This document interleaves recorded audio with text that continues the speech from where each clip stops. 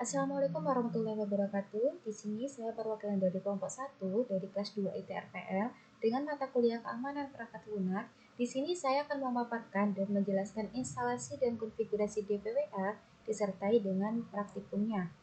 Baiklah, di sini ada kelompok 1, yaitu yang pertama ada Alvina Damayanti, dan yang kedua ada saya sendiri, Putri Indira Puspitasari, ketiga ada Muhammad Ananta, dan keempatnya ada Muhammad Ilham Syafa, dan yang terakhir ada Arel Ferdi Putra. Oke, langsung saja. Di sini saya akan mulai instalasi dan juga konfigurasi dari DPWA-nya sendiri. Oke, langsung saja. Di sini saya akan mulai menginstalasi DPWA. Lalu yang pertama-tama di sini saya akan membuka Notepad untuk mempermudahkan juga. Di sini ada video ke-1 dari drive UAS keamanan perangkat lunak. Di sini ada download DPWA. Nah, di sini ada link GitHub di mana nantinya link ini digunakan untuk mendownload DPWA sendiri. Di sini ada https://2kali.github.com/digininja. Digininja itu adalah nama akun GitHub yang digunakan untuk mendownload DPWA sendiri. Lalu ada /DPWA/release. Oke, kalau sudah copy. Lalu di sini saya akan membuka Chrome terlebih dahulu dan paste link GitHub yang sudah di copy sebelumnya. Oke, sembari menunggu, di sini saya akan tes speed internet yang sedang diakses oleh laptop saya sendiri.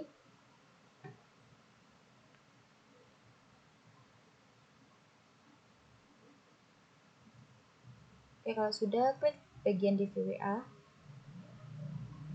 Lalu pada bagian kode, pada tombol hijau ini, download zip. Oke, zip sudah mulai terdownload. Sebentar, saya mau ngecek dulu speed internet.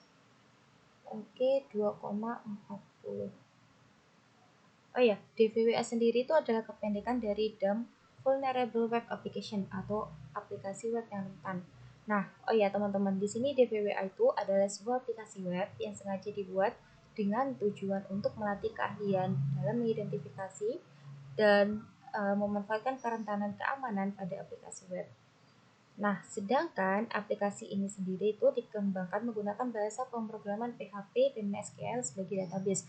Makanya pada bagian language itu kenapa kok paling banyak itu adalah PHP, karena DBA sendiri itu menggunakan PHP ya. Oke, sebentar saya ingin melihat source code dari bagian dari DBA sendiri.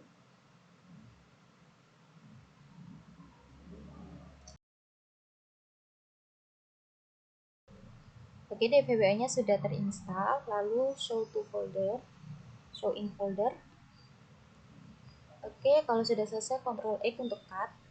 Lalu masuk ke local disk C, lalu pilih sum dan pilih htdoc, lalu Ctrl V.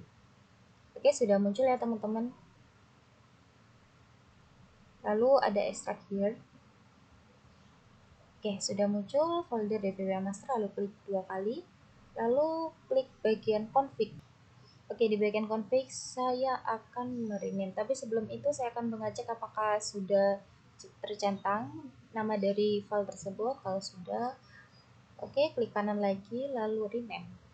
Nah, di sini saya akan menghapus kata dist karena di sini DPWA itu menggunakan PHP ya.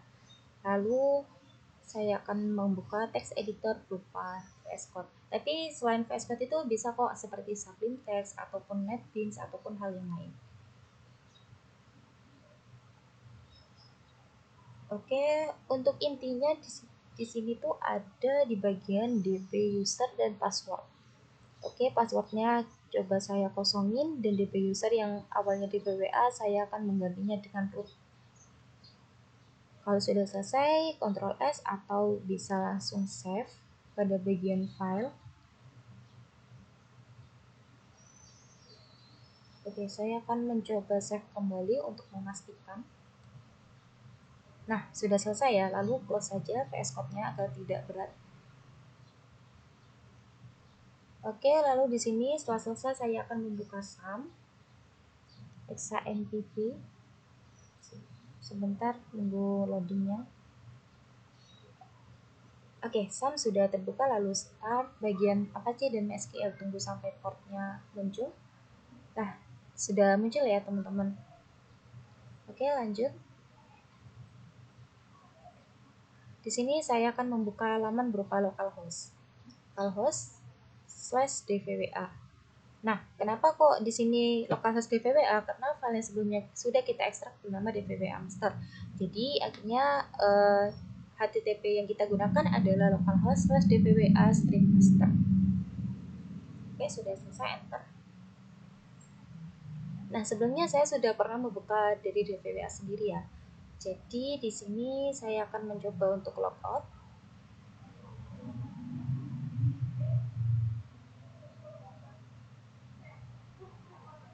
Oke, saya akan mengisikan password terlebih dahulu. Dan juga ini ada user yaitu Smithy. Kalau sudah selesai langsung klik login. Oke, sudah muncul ya. Ini adalah tampilan dari dvwa sendiri. Oke, kalau sudah selesai, ini adalah kalau kita mengakses lebih dahulu itu awal-awal itu dvwa itu security itu adalah impossible. Kita belum ganti ya. Lalu di sini saya akan setup atau reset database. Nah, setup sukses, menandakan bahwa create atau reset database-nya sudah berhasil. Lalu saya mencoba logout kembali ya. Oke. Lalu memasukkan username seperti sebelumnya yaitu Smithy dan memasukkan password. Kalau sudah selesai, klik login. Oke, sudah berhasil.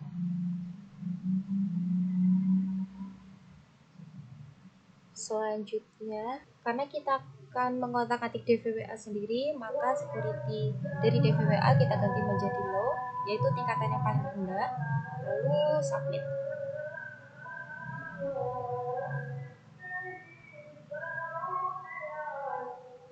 Itu sudah berhasil ya. Lalu XSS reflected.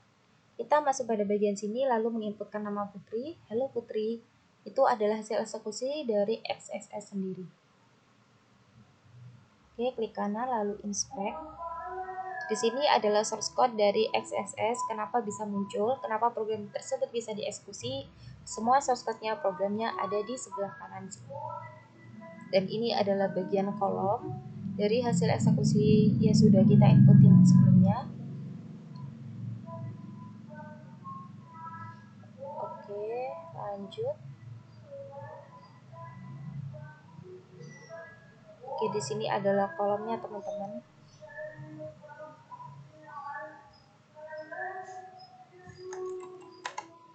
Nah, di sini itu ada Hello Putri dan dengan menggunakan teks HTML di sini. XS ini masih belum ini ya, security-nya masih belum terlalu kuat, jadi bisa saja untuk dibobol. Lalu di sini saya akan memasukkan teks HTML yaitu berupa H1 atau heading 1 bernama Putri. Nah, dan bagian sini tuh kata Putri sendiri itu paling besar daripada kata hello. Kenapa? Karena kita sudah menginputkan H1, otomatis tulisan tersebut menjadi lebih bold dari tulisan hello. Tulisan putrinya yang lebih bold. Oke, coba di sini saya akan inputin lagi berupa teks HTML script. Selanjutnya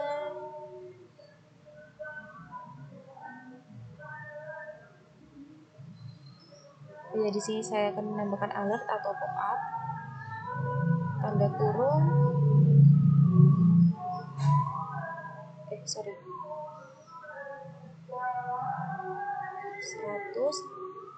lalu tutup kurung dan tutup HTML berupa script. Oke, kalau sudah selesai submit. Nah, ini adalah pop-up dari hasil alert 100 yang tadi. Oke. Lanjut pada bagian bawah. Nah, ini sudah tampil ya. Script alert 100. Pada bagian program. Coba di sini saya akan mengganti alert berupa hello. Kalau semisal menggunakan karakter, ini adalah karakter string ya. Jadi kita harus menggunakan tanda petik. Oke, sudah muncul ya, teman-teman. Oke, sebentar tunggu. Lalu oke. Saya akan mencoba menggunakan teks HTML yang lain. Oke, sebentar. sebentar saya cari beside with school. Oh ini.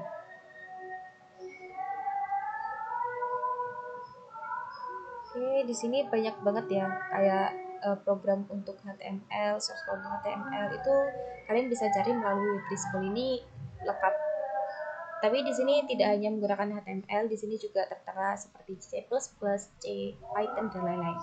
Oke, coba saya menginputkan lagi Putri Indira.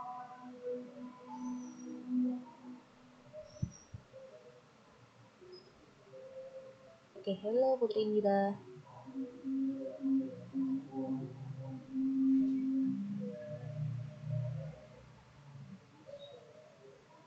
Setelah masuk ke reflector lalu saya akan masuk ke store dan melakukan tes. Message-nya here, I'm here, seek Facebook.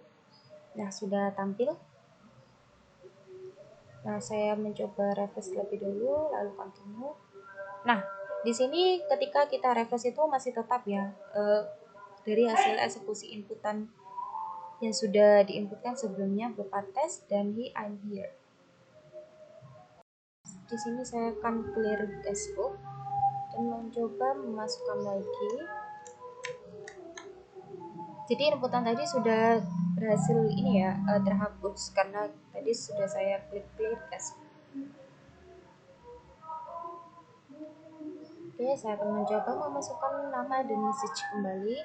Tapi bedanya pada bagian pesan di sini saya akan menggunakan teks HTML yaitu berupa script dan alert 1, 2, 3. Oke, sudah selesai. Lalu seek Facebook. Oke, sudah muncul ya pop up-nya. Yaitu localhost says 1, 2, 3. Lalu oke.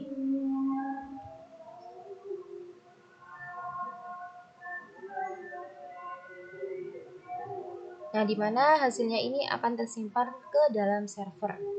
Makanya kenapa kita pada saat refresh maka akan muncul alert kembali.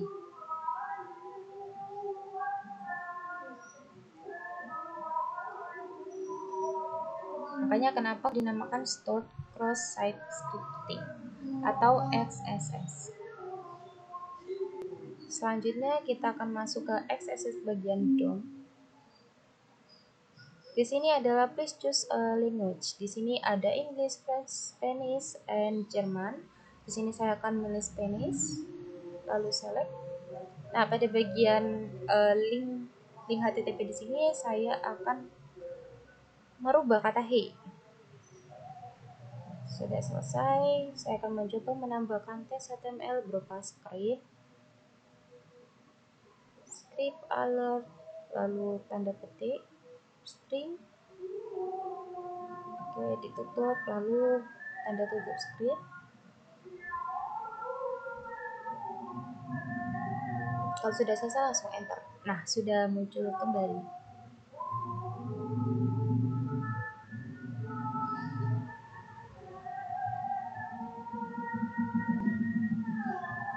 Coba kita klik kanan inspect.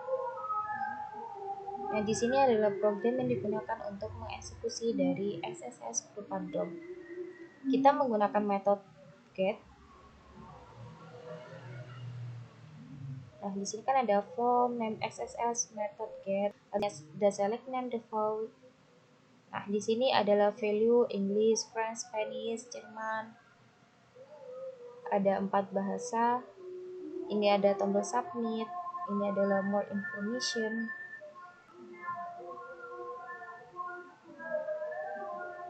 Dan masih banyak lagi program-program yang disediakan dari DVWA. Oke, kembali.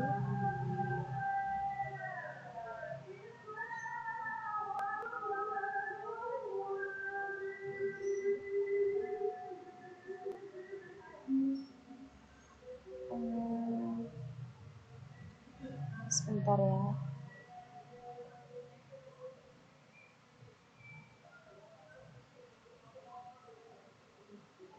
Oh, ini ada bagian script else.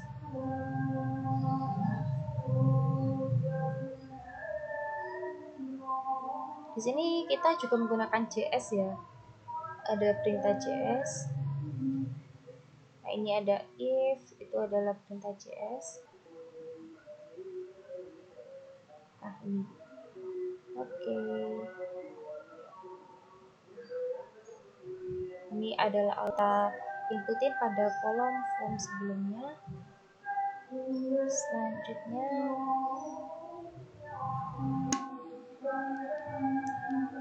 selanjutnya saya tutup terlebih dahulu, dan ini adalah sebuah source code dimana di sini adalah sebuah perumpamaan berupa if else. If itu jika program berhasil maka akan memunculkan suatu aksi berupa apa yang diinputkan oleh user sebelumnya. Juga else, ketika program tersebut tidak berhasil maka akan memunculkan suatu pesan error.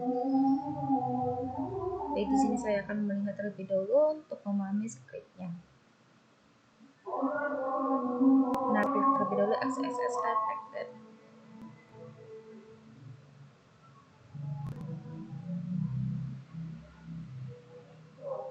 Oke, sudah muncul pop-up-nya.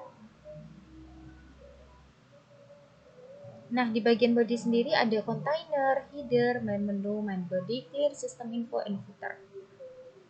Di sini tuh sudah terbagi bagian-bagian mana, bagian-bagian seperti header, berarti untuk mengeksekusi untuk menampilkan header berupa vulnerability.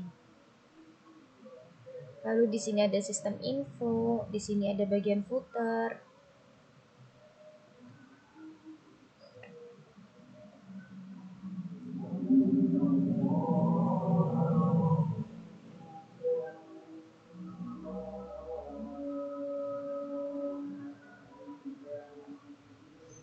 Oke, di sini adalah sebuah source code-nya.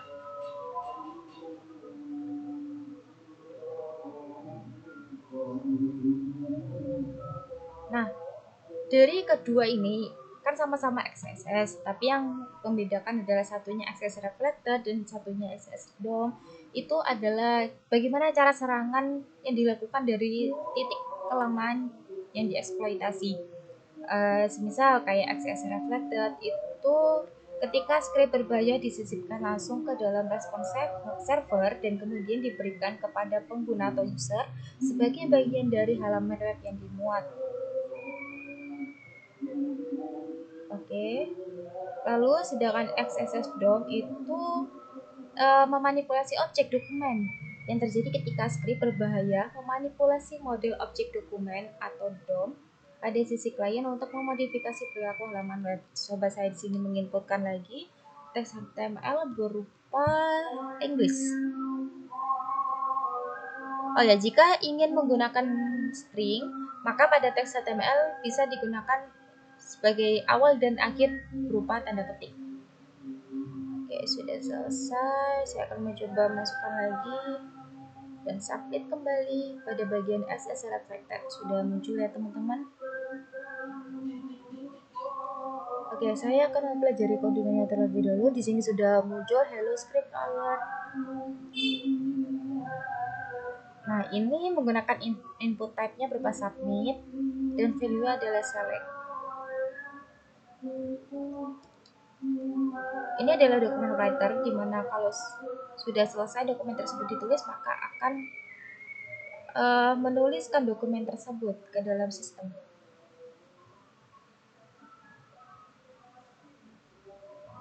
Kalau sudah selesai, kita akan lanjut ke brute force. Di sini saya akan memasukkan username dan juga password berupa Smithy. Lalu saya akan mencoba menggantinya dengan admin. Lalu username dan passwordnya yang saya ajak random. Di sini tertuliskan username and or password info.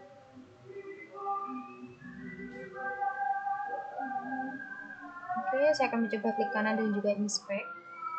Di sini pada bagian brute force itu menggunakan metode get ya. Di sini ada sebuah form di mana tertera loginya berupa username dan juga password. Dan action terdapat action juga.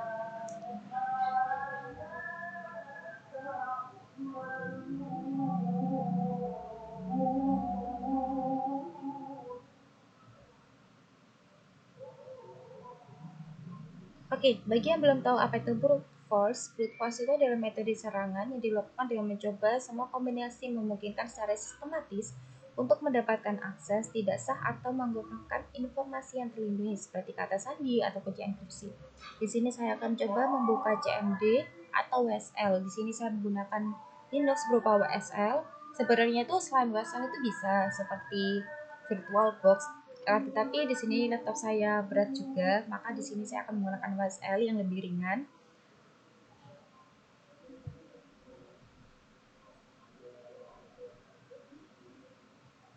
Lalu di sini saya akan masuk ke directory terlebih dahulu berupa cd dan ls.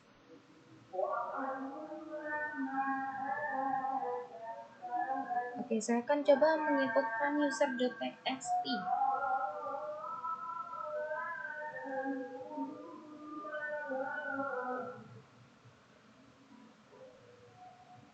Berupa admin 123, dan juga putri.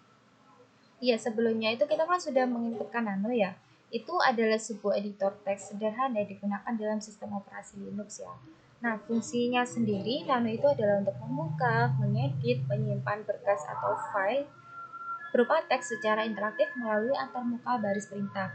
Nah, di sini dengan nano user.txt dan juga nano password.txt kita bisa menyimpan teks yang akan nanti kita munculkan ke dalam sistem operasi Linux tersebut.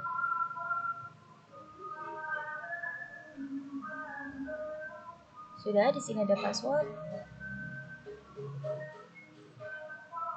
tor, dan juga root. Selanjutnya, saya akan menambahkan putri.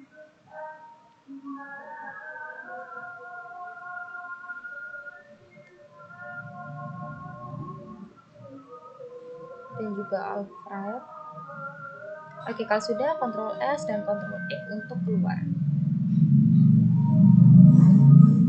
Oke, saya akan mencoba mengecek IP dari laptop saya sendiri.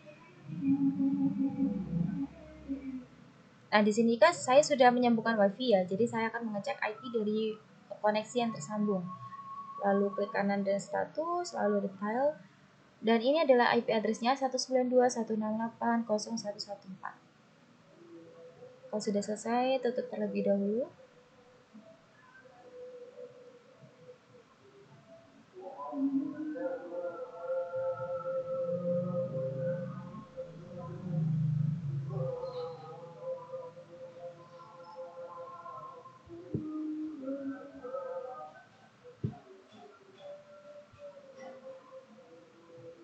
Di sini saya sudah memasukkan perintah berupa Hydra.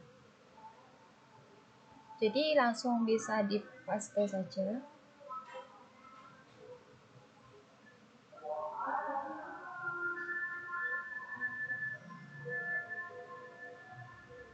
Akan tetapi sebelum itu di sini saya akan mengecek apakah saya sudah mendapatkan token dari brute force itu.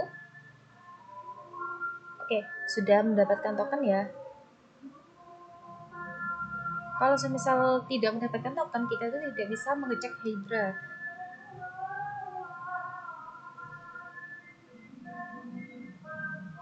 Hydra di sini tuh juga menggunakan cookie. Nah, untuk yang belum tahu Hydra itu apa, Hydra adalah sebuah perangkat lunak atau tools yang digunakan untuk melakukan serangan brute force pada layanan jaringan yang memerlukan autentikasi seperti protokol SSH, FTP, HTTP, dan masih banyak lagi. Kalau sudah selesai,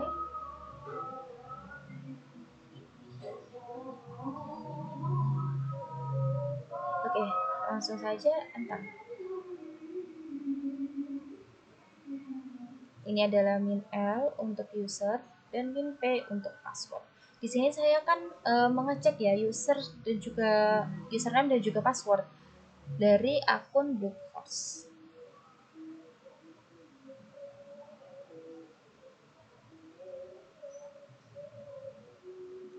Nanti itu bisa menampilkan ya, seperti saya itu kan untuk login DVWA itu menggunakan username apa dan juga password apa, nanti itu akan terlihat pada bagian WSL ini dengan menggunakan perintah Hydra. Oke, sebentar, Hydra-nya masih loading.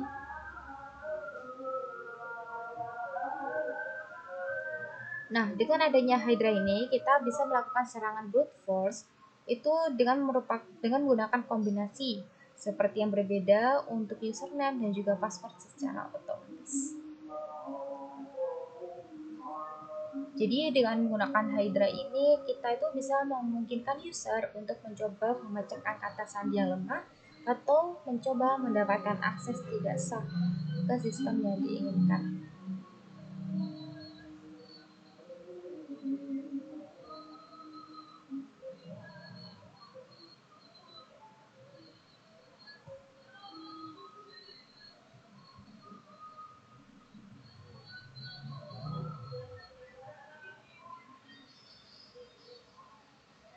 Oke, ini karena kesalahan dalam jaringan juga, maka proses Hydra sedikit terlambat.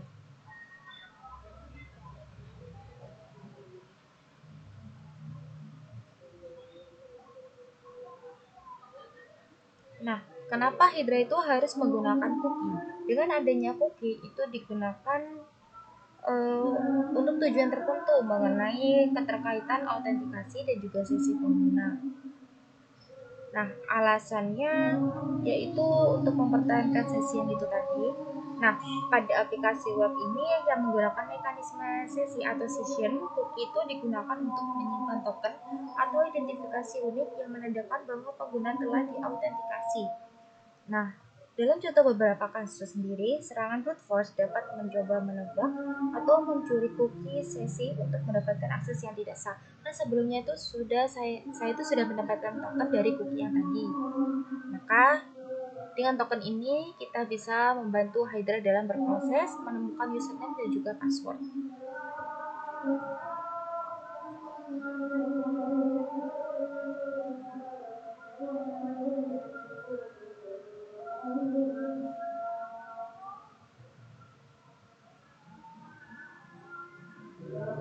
Oke, ini sistemnya masih mendeteksi ya dari serangan brute force.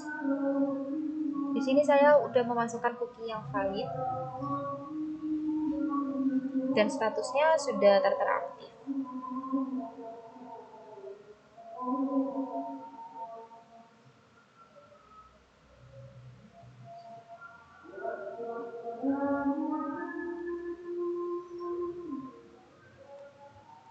Oke, tertera valid password phone.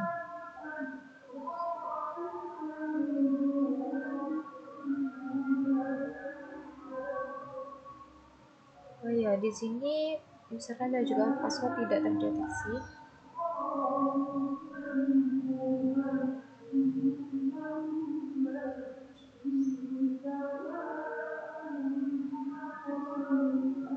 Oke, saya akan mencobanya kembali.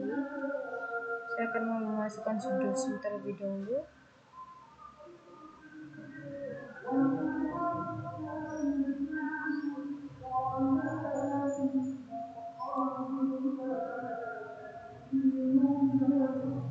Nah, fungsi dari sudo sendiri itu untuk mengalihkan user ke dalam super user atau root dalam sistem operasi Linux. Sudah selesai, lalu klik ls kembali.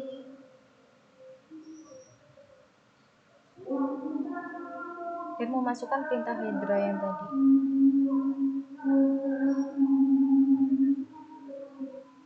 Dengan adanya sudo ini, saya sebagai user itu bisa mendapatkan hak akses penuh sebagai super user atau juga root. Sebentar, coba saya ganti di sini.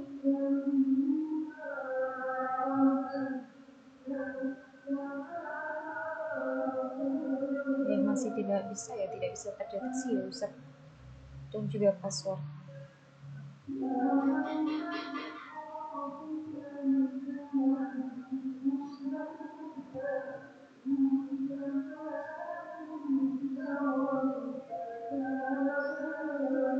Oke, coba kita tunggu terlebih dahulu.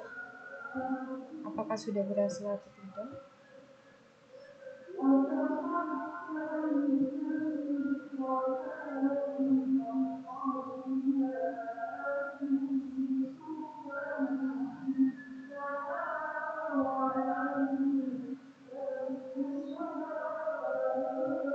Oke, security-nya sudah saya rubah sebelumnya jadi low.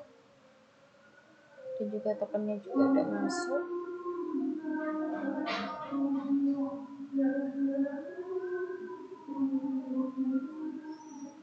Mungkin ini ada beberapa faktor ya yang bisa menyebabkan Hydra gagal itu. Buat mendeteksi username dan juga password pada serangan brute force sendiri. Nah, kalau misal teman-teman juga mengalami kendala sama seperti saya, mungkin karena batasan kecepatan juga. Nah, karena beberapa sistem itu atau layanan menerapkan batasan kecepatan untuk mencegah serangan brute force. Semisal, sistem mungkin membatasi jumlah percobaan login yang diizinkan dalam periode waktu tertentu atau memperkenalkan penundaan setelah beberapa percobaan gagal. Nah, hal inilah yang membuat Hydra gagal mendeteksi kombinasi username dan juga password yang benar karena serangan terhenti atau melambat. Dan juga security lanjutan, sistem atau layanan target dari serangan itu mungkin saja memiliki pengalaman lanjutan, misal kayak seperti deteksi serangan brute force yang dapat mengenali pola serangan atau memblokir atau memperlambat upaya brute force. Biasanya kan teman-teman itu kan menemukan CAPTCHA atau verifikasi dua faktor atau sistem deteksi serangan itu bisa saja untuk membuat Hydra sulit mendeteksi kombinasi yang benar. Oke, tunggu saja.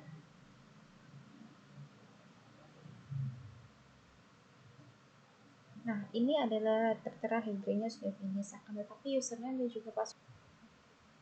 Baiklah, setelah selesai melakukan serangan brute force menggunakan program Hydra, di sini saya akan melanjutkan menggunakan command injection. Command injection itu apa sih? Command injection itu adalah jenis kerentanan keamanan yang terjadi ketika seorang penyerang menyisipkan perintah sistem operasi yang jahat ke dalam sebuah aplikasi yang dijalankan oleh server. Lanjut saja, kita di sini akan klik command injection dan mulai ping google.com. Nah, google.com sendiri itu memiliki DNS yaitu 8.8.8.8. 8-nya itu sampai 4 kali. Lalu di sini saya akan mengecek SAM dan kembali lagi di sini saya akan mengecek mulai ngeping google.com. Coba kita submit. Oh ya, masih tertera error ya. Coba di sini saya akan mengecek DVWA security. Oh ya, penyebab error tadi adalah DVWA security-nya masih impossible, belum dilanjutkan ke low. Di sini saya akan merubah terlebih dahulu security-nya sudah low dan juga mulai submit kembali google.com. Nah, PIN-nya sudah berhasil ya teman-teman, sudah tertera. Nah, di sini tuh ada tertera TTL. TTL itu adalah singkatan dari time to life atau waktu hidup yang digunakan dalam konteks jaringan putar. Itu adalah sebuah nilai numerik yang terkait dengan paket data dalam protokol internet protokol atau IP. Nah, di sini saya akan membuka CMD untuk membuktikan apakah PIN dari DVWA itu sama dengan command prompt atau CMD. Nah, di sini CMD-nya saya klik. Dan untuk ping menggunakan CMD, kita bisa memasukkan perintah ping di depannya, ping google.com. Nah, ini sudah tertera ya, antara ping dari DVWA dengan ping CMD itu sama.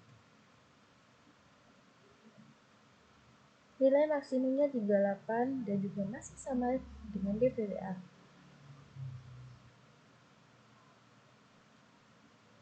Selanjutnya di sini saya akan membuka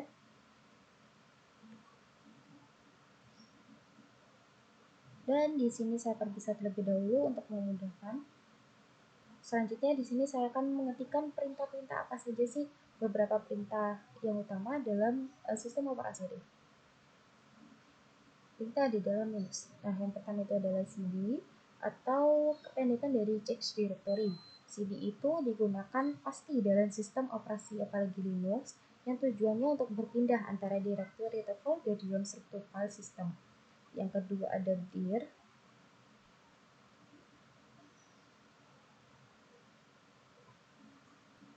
Nah, apa sih perintah dir itu sendiri? Dir itu adalah suatu perintah yang digunakan dalam sistem operasi Windows, apalagi command prompt, fungsinya untuk menampilkan directory dalam directory aktif saat ini.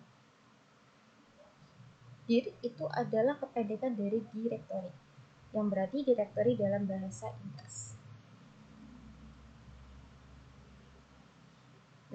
tadi itu kan seperti si user itu masuk ke file directory mana sih gitu.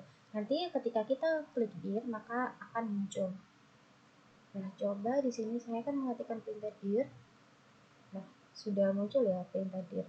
Di sini saya masuk ke directory C user putri. Apa sih yang ada di dalam folder putri tersebut? Nah, ini adalah apa file-file yang ada di dalam folder putri. Nah, yang ketiga itu ada type. Apa sih type itu?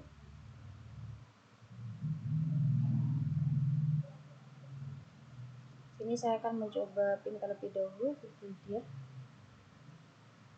Submit. Oke, sama ya dengan CMD yang tadi. Nah, type sendiri itu melihat isi dari file. Type itu adalah suatu perintah yang digunakan dalam sistem operasi Linux untuk menampilkan isi teks dari sebuah file. Lalu tanda garis lurus itu adalah pipe atau piping, di mana piping ini sendiri adalah simbol yang digunakan dalam berbagai lingkungan pemrograman atau sistem operasi, khususnya seperti menggunakan CMD, lalu Linux juga, dan juga bisa macOS, serta bahasa pemrograman seperti Unix, Shell, atau PowerShell. Nah, tanda piping ini sendiri itu memungkinkan pengalian output dari satu perintah ke input dari perintah lainnya secara langsung. Di sini saya memperumakan seperti komen A dan komen B, di mana result dari komen A akan menjadi input ke komen B. Jadi kayak seperti result dari komen A itu akan transfer ke dalam komen B. Nanti hasilnya akan muncul kepada komen B sendiri.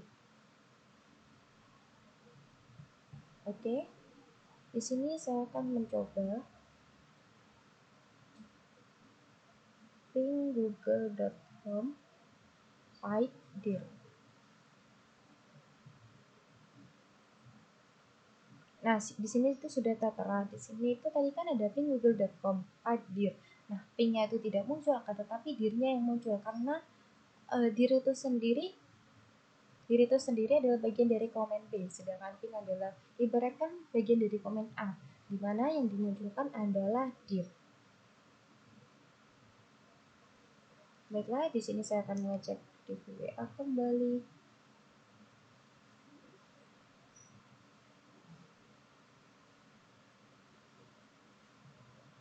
Oke.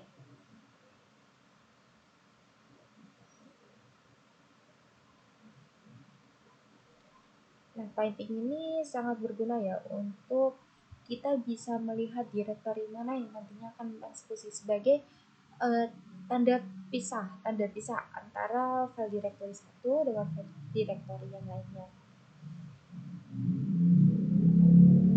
Oleh karena itu, dengan menggunakan tanda piping ini sendiri, output dari satu perintah diarahkan sebagai input ke perintah lainnya. Di sini saya akan membuat folder baru pada local disk F. Nah, di sini saya akan membuat folder. Nah, di sini sudah berhasil ya membuat folder dengan new folder.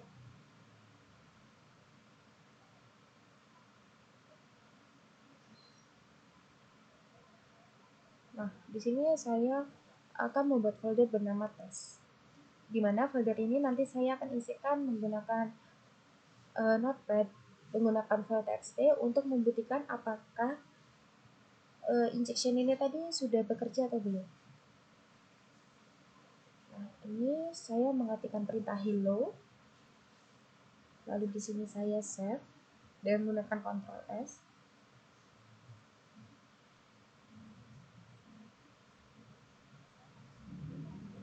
Baiklah, program masih berproses. Nah, di sini saya akan memasukkan file directory f.2 test dan slash.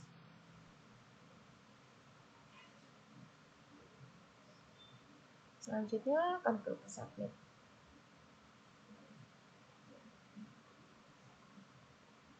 Baiklah, sudah berhasil. Directory of ftest dan ada 6. Karena 6 itu adalah saya menginputkan hello, hello dan tanda seru, ada 6. 6 stringnya sudah terbaca inputannya. Di sini ada berupa tes.txt karena itu adalah nama file. Nama filenya akan saya beri nama kan sebelumnya tes, dan itu menggunakan file notepad yaitu menggunakan format txt. Nah, oke. Coba saya di sini memasukkan kembali nama Putri. Hello Putri dengan kata tanda seru. Apa? Oke. Sebentar saya salah menyebutkan. Baiklah, kita lihat. Nah, sudah stringnya sudah berganti, yang tadinya 6 menjadi 12. Karena di sini saya memasukkan nama Putri, di mana Putri itu adalah memiliki 5 karakter. Nah, jadi yang spasi itu tadi itu kan ikut terbaca juga ya teman-teman.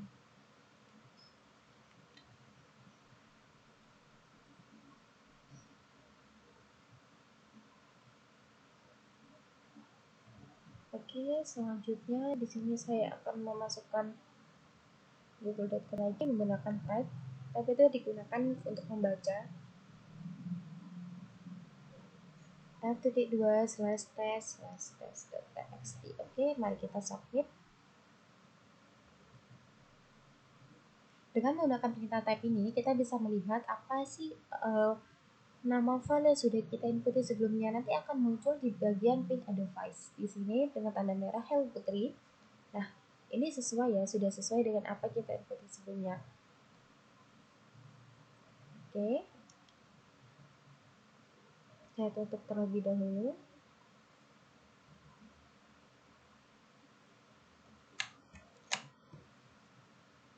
Baiklah, di sini saya akan melanjutkan command injection.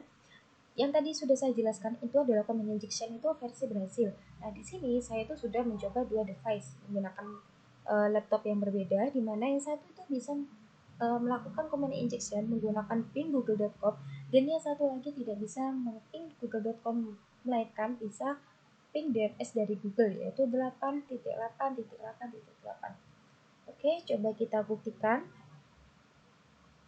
Di sini saya akan mulai klik command injection, dan di sini selain menggunakan alamat yang valid, kita tidak bisa menginputkan. Seperti saya memasukkan satu itu ketika di submit itu melakukan error. Dari sini saya akan mencoba ping lagi google.com menggunakan device yang berbeda daripada yang sebelumnya, dan di sini adalah tertera error. Selanjutnya padahal saya sudah berhasil mendapatkan port, kan tetapi pingnya itu tidak bisa berhasil. Oke, mari kita coba.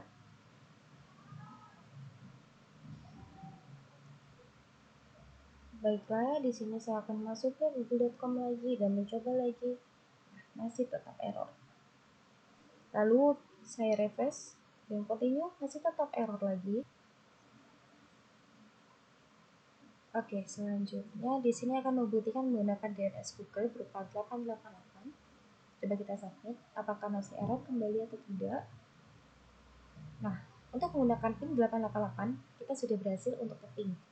Nah, selanjutnya saya akan membuktikan menggunakan CMD. Coba ping google.com. Nah, di CMD sendiri tuh bisa, kan? Tapi di DVWA sendiri itu tidak bisa. Baiklah, sebenarnya itu tidak perkara yang berbeda juga, karena ping google.com itu sama DNS-nya itu juga sama, jadi tidak menjadi masalah juga.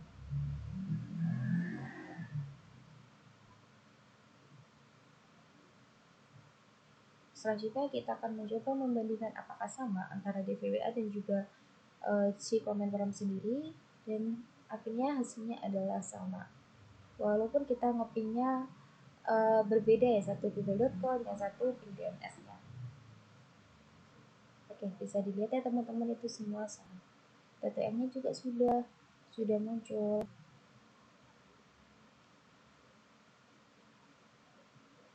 Oke, kita lanjutkan. Nah, di sini saya akan melanjutkan dan sudah memastikan bahwa security dari DVWA sendiri itu sudah low, untuk kita bisa mempermudah mengakses dan mengotak-atik DVWA sendiri. Selanjutnya di sini saya akan mencoba mempraktikkan menggunakan SQL injection. Di sini itu terdapat form berupa user ID dan juga tombol submit. Di sini saya akan memasukkan user ID-nya 1, dan sudah muncul first name-nya adalah admin dan username-nya adalah admin. Bisa dilihat ya teman-teman. Lalu 2, dan 3, lalu 4, dan juga 5, dan juga 6. Nah, pada 6 sendiri itu adalah kosong dan tidak muncul apa-apa. Apakah SQL injection ini akan berhenti sampai nomor 5? Oke, coba saya menginputkan tanda petik 1 dan ternyata error. Karena mungkin di SQL injection sendiri itu hanya bisa menginputkan berupa ID-nya berupa angka. Maka yang terjadi ketika kita menginputkan tanda yang lain, maka yang terjadi adalah error. Baiklah, di sini saya akan mencoba melihat. Nah, sedangkan query di sini adalah select first name dan last name from users. Ya, nah user sendiri itu adalah saya. Versus user ID sendiri itu adalah ID. Maka yang ketika kita di select first name dan juga last name dari user sendiri, di mana user ID itu berupa seperti ID yang muncul gitu. Lalu di sini saya akan mencoba membuka Notepad untuk memperjelas kembali. Di sini saya sudah mengkopikan source code yang sebelumnya dan kopikan ke Notepad agar mempermudah juga. Dan di sini ID-nya sudah saya coba hapus dan tinggal hanya ada tanda petik yang biasa digunakan pada string. Nah, untuk yang belum tahu apa itu SQL injection, SQL injection adalah sebuah jenis serangan keamanan yang terjadi ketika penyerang menyisipkan kode SQL jahat ke dalam pernyataan SQL yang dieksekusi oleh sebuah aplikasi. Nah, di sini sudah tertera. Saya kembalikan lagi tanda dolar ID. Apa sih itu ID? Nah, di dalam SQL itu adalah sebuah ID, di mana sebuah serangan ini itu berfungsi untuk memanfaatkan kelemahan dalam sanitasi atau file input pengguna pada aplikasi web yang menggunakan SQL untuk berinteraksi dengan database. Nah, di dalam SQL injection ini nantinya akan berinteraksi dan atau berkomunikasi dengan database. Database itu bisa jadi menggunakan MySQL ataupun yang lain. Nah, apa sih fungsi dari SQL sendiri? SQL injection itu apa gitu? Penyerangan dapat memanipulasi query SQL yang dieksekusi oleh sebuah aplikasi dengan mengeserkan query jahat. Oleh karena itu, akibatnya penyerang dapat mendapatkan akses yang tidak sah ke data dalam database, memodifikasi atau menghapus data, akan mengambil alih kendali atas aplikasi atau server. Oleh karena itu, di sini di dalam SQL itu hanya bisa menyebutkan berupa angka saja. Di sini saya akan mencoba 1 sama dengan 1.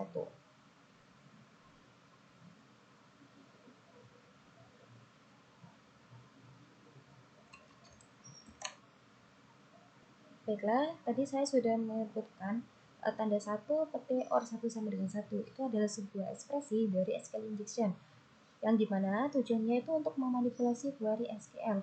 Dalam konteks ini juga diasumsikan bahwa variabel atau $ID itu digunakan dalam query SQL untuk mengambil data dari database berdasarkan ID.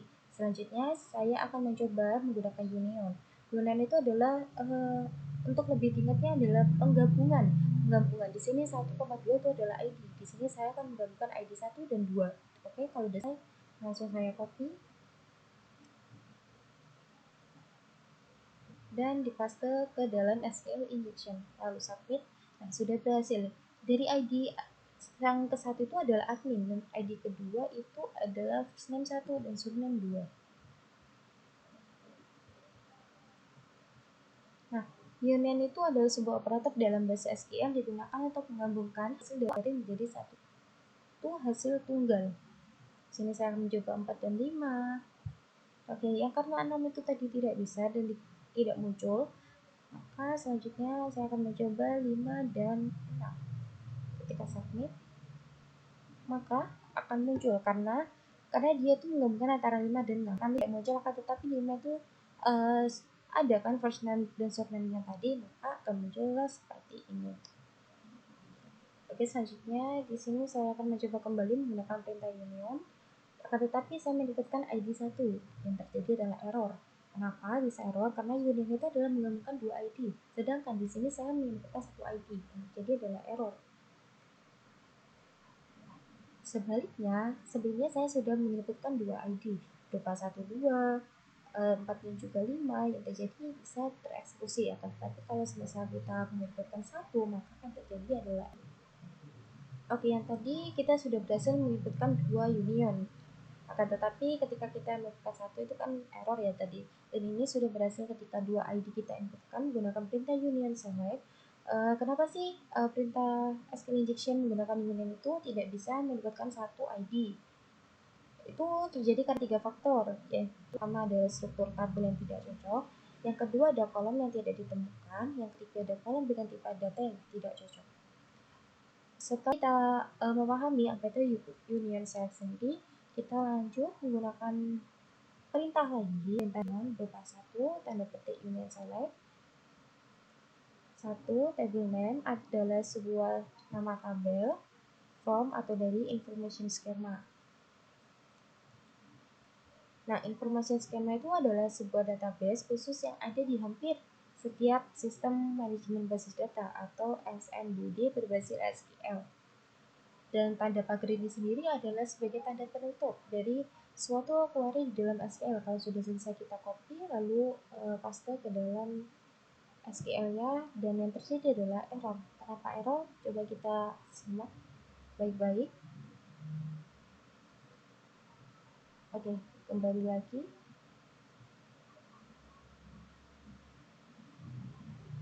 Coba saya membuka notepad-nya kembali, apakah ada typo atau tidak.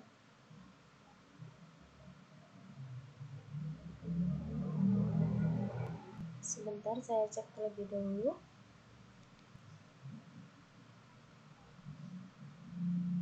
Oh ya, di sini ada typo di mana hanya itu ada 2, yang seharusnya 1.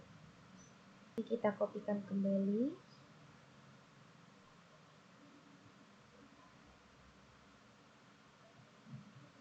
Nah, dan submit.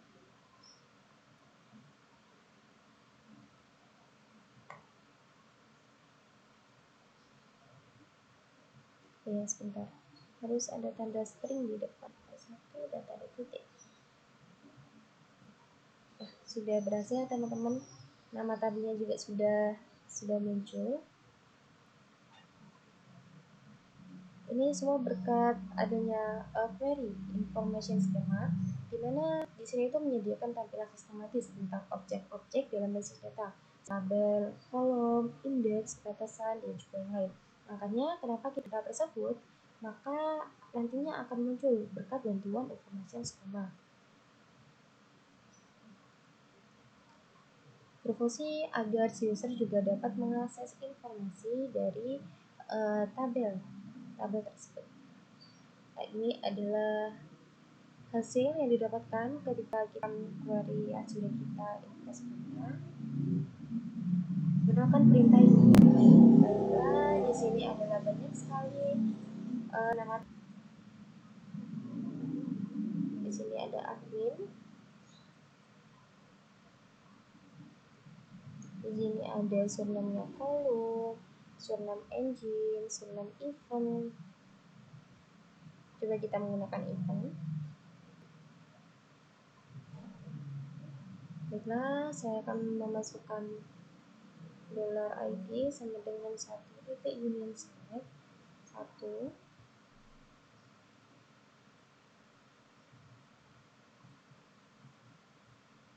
Selanjutnya ada kolom name, from, informasi lagi,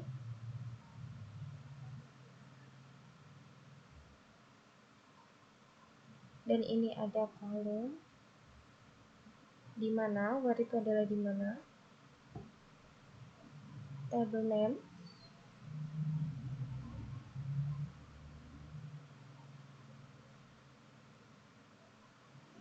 di sini kita menggunakan yang tadi event dan tanda titik 2 dan tanda pagar sebagai penutup.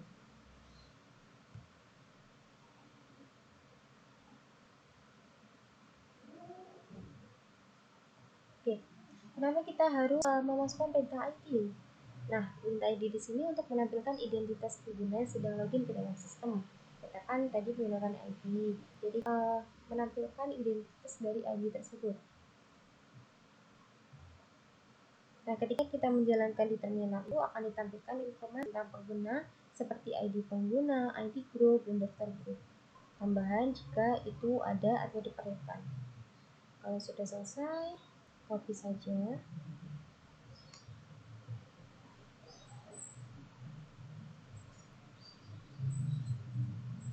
Coba submit dan sudah muncul ya teman-teman.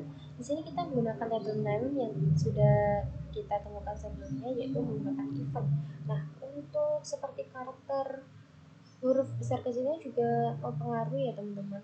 Ketika kita dimunculkan dengan huruf besar semua, ya udah kita pakai huruf kapital semua.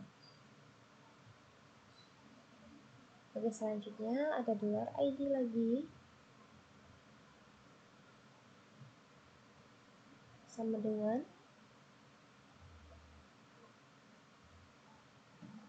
kita sih menggunakan tinta union lagi.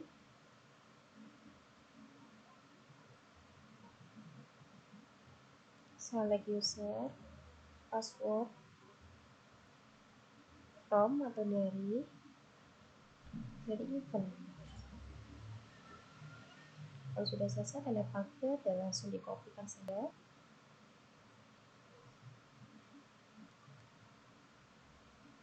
Dan dimasukkan ke dalam user ID lalu di submit. Dan yang terjadi adalah error. Sebentar dicek dulu apa yang menyebabkan error. Lalu kita coba kembali, eventnya kita ganti dengan admin, coba submit dan kita kasih error. Ini sudah berhasil. Nah, di sini terdapat admin dengan first name. Dan juga di sini saya sudah select user from admin. Coba di sini adminnya saya ganti menjadi users. Nah, ketika saya menentukan users, maka sudah berhasil. Maka untuk perintah sebelumnya, coba kita menggunakan user saja, jangan event, dan langsung di copy. Lalu paste ke user ID. Nah, sudah berhasil. Oke. Jadi di sini saya tidak menggunakan event, akan tetapi di sini saya menggunakan user saja agar lebih efisien. Kalau sudah langsung dikopikan, ditambah S terlebih dahulu.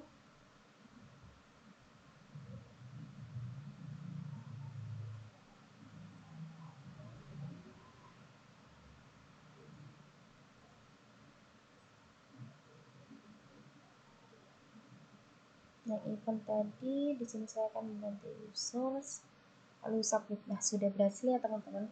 Ketika di sini saya menggunakan user maka sudah berhasil. Oke, untuk perintah tersebut kita sudah berhasil melakukannya. Dan ini adalah tampilannya ketika program berhasil dieksekusi. Baiklah, ini adalah suatu bentuk dari hash. Bentuk dari hash ini adalah bentuk dari hash password. Jika kita nggak bisa pakai ini, teman-teman, bisa ngelakuin suatu proses lagi yang namanya dehash. Jadi, kita merubah dari bentuk case-nya ke dalam bentuk plain text atau karakter yang bisa dibaca aslinya.